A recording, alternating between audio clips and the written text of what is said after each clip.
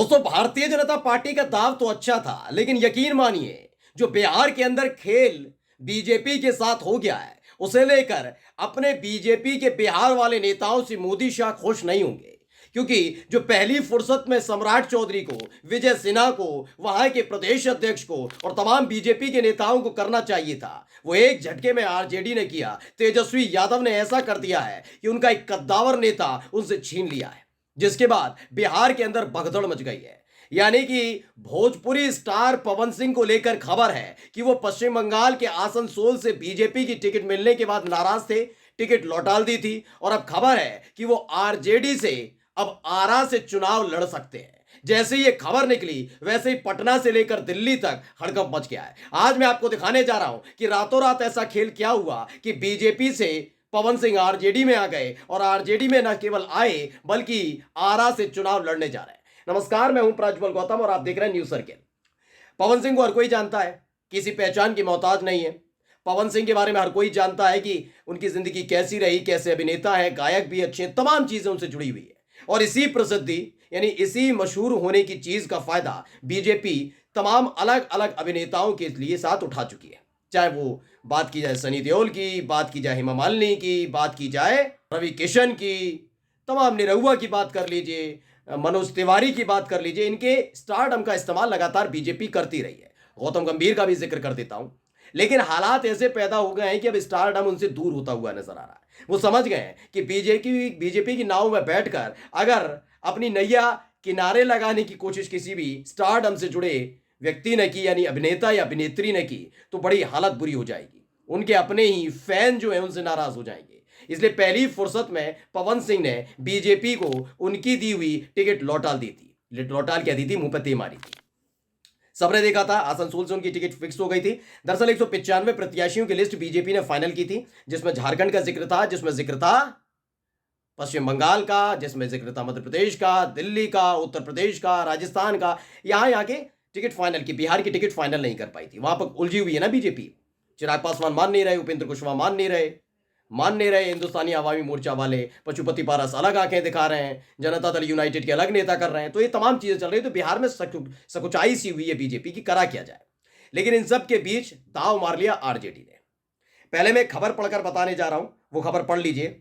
क्या लिखा है न्यूज 18 ने, बीजेपी की जगह आरजेडी, आसनसोल की जगह आरा, क्या है पवन सिंह के पार्टी और सीट बदलने की इनसाइड स्टोरी, ये मैं आपको बताऊंगा। लेकिन उससे पहले आपको एक आज तक की खबर भी दिखा दूं जो बिहार तक ने छापी है।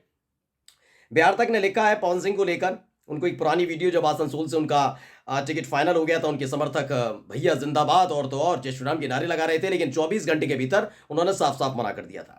इसमें लिखा, आसनसोल से बीजेपी का टिकट लौटाने के बाद पवन सिंह खूब चर्चा में। इसी बीच अब ये चर्चा है कि पवन पाला बदलकर आरजेडी के टिकट पर चुनाव लड़ सकते हैं।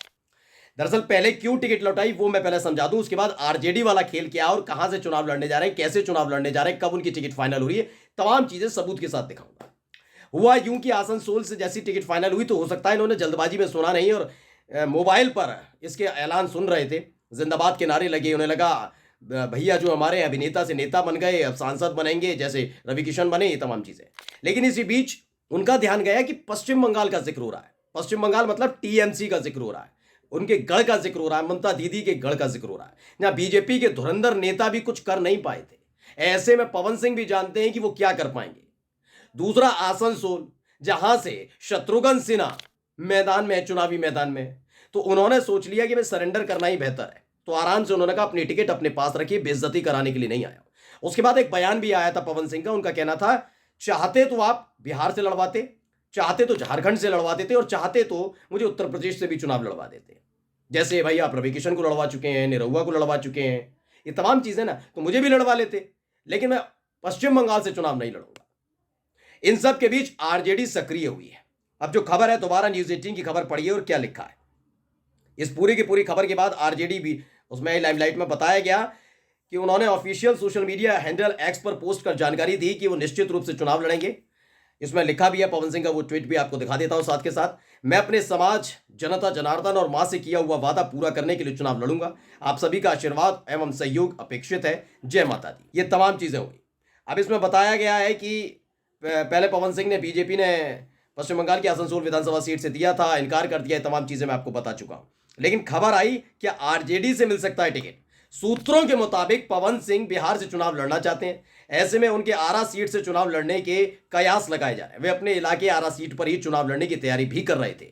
पवन सिंह को आरा से टिकट मिलने की उम्मीद जताई जा रही है। साथ ही उन्होंने अब चुनाव लड़ने का भी ऐलान कर दिया है, यानी आरजेडी से चुनाव लड़ेंगे। आप कहेंगे ऐलान हुआ है? नहीं, मैं आपको बता दूं क्या हुआ है। दरअसल आरा सीट से जो मौजूदा सांसद हैं वो बीजेपी के सांसद हैं। नाम है आर के सिंह, आप जानते भी होंगे, केंद्रीय मंत्री हैं। और ऐसे में आर के सिंह अगर वो पहले ही कह चुके हैं कि भाई मैं किसी भी कीमत पर मैं किसी और जगह से चुनाव नहीं लड़ूंगा तो यहीं से लड़ूंगा। आर के सिंह ने साफ कह दिया। अब बीजेपी इस दौर में जब अलग अलग पार्टी एनडीए से उनसे नाता तोड़ रही है, चाहे चिराग पासवान हो, उपेंद्र कुशवाहा हो, ऐसे में एक बड़ा रिस्क नहीं ले सकते कि उनकी अपनी पार्टी के सांसद, उनकी अपनी पार्टी के नेता बागी हो जाए। पवन सिंह उनकी पार्टी के बहुत बड़े नेता नहीं थे। पवन सिंह को तो लाए इसलिए थे कि वो स्टारडम है उनके साथ, इसलिए उनको लाए थे कि वो आ जाएंगे तो एक सीट और बढ़ जाएगी, मोदी जी का 400 पार वाला सपना पूरा होता हुआ नजर आएगा। लेकिन पवन सिंह ने टिकट दे मारी मुंह पर। अब वो डर रहे हैं कि अगर पवन सिंह को आरा से चुनाव लड़ाते हैं तो आर के सिंह जैसे एक गद्दावर नेता को देंगे। पवन सिंह के जीतेंगे या नहीं जीतेंगे इस बात की उम्मीद कम है, क्योंकि बीजेपी में नैया डामाडोल सी चल रही है।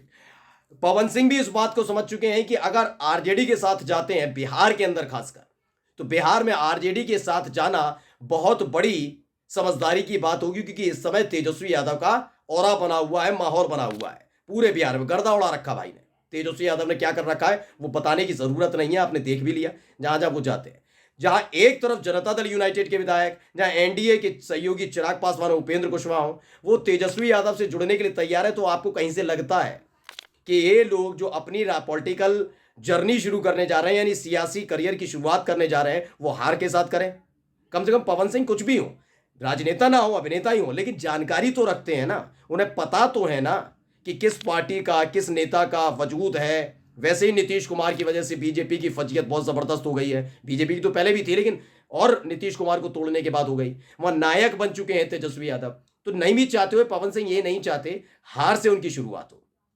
आसनसोल पहले ही मना कर दिया, टीएमसी की वजह से मना कर दिया, शत्रुघ्न सिन्हा की वजह से मना कर दिया, लेकिन बिहार में भी माना जा रहा है कि आरा से ही चुनाव लड़ने का ऐलान पवन सिंह करने जा रहे हैं। आरजेडी से उनकी टिकट फाइनल हो चुकी है। इसमें कोई गुरेज वाली बात नहीं है दोस्तों कि आने वाले दिनों में 24 घंटे के भीतर इसका ऐलान भी कर दिया जाए।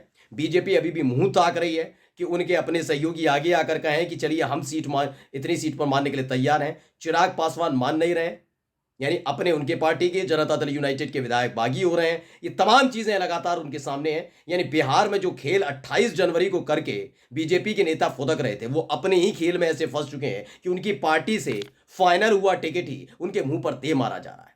और ये सब कुछ हो रहा है तेजस्वी यादव की वजह से, तेजस्वी के जलवे की वजह से, 17 महीने में डिप्टी सीएम रहते हुए जो काम तेजस्वी यादव ने किया उसकी वजह से।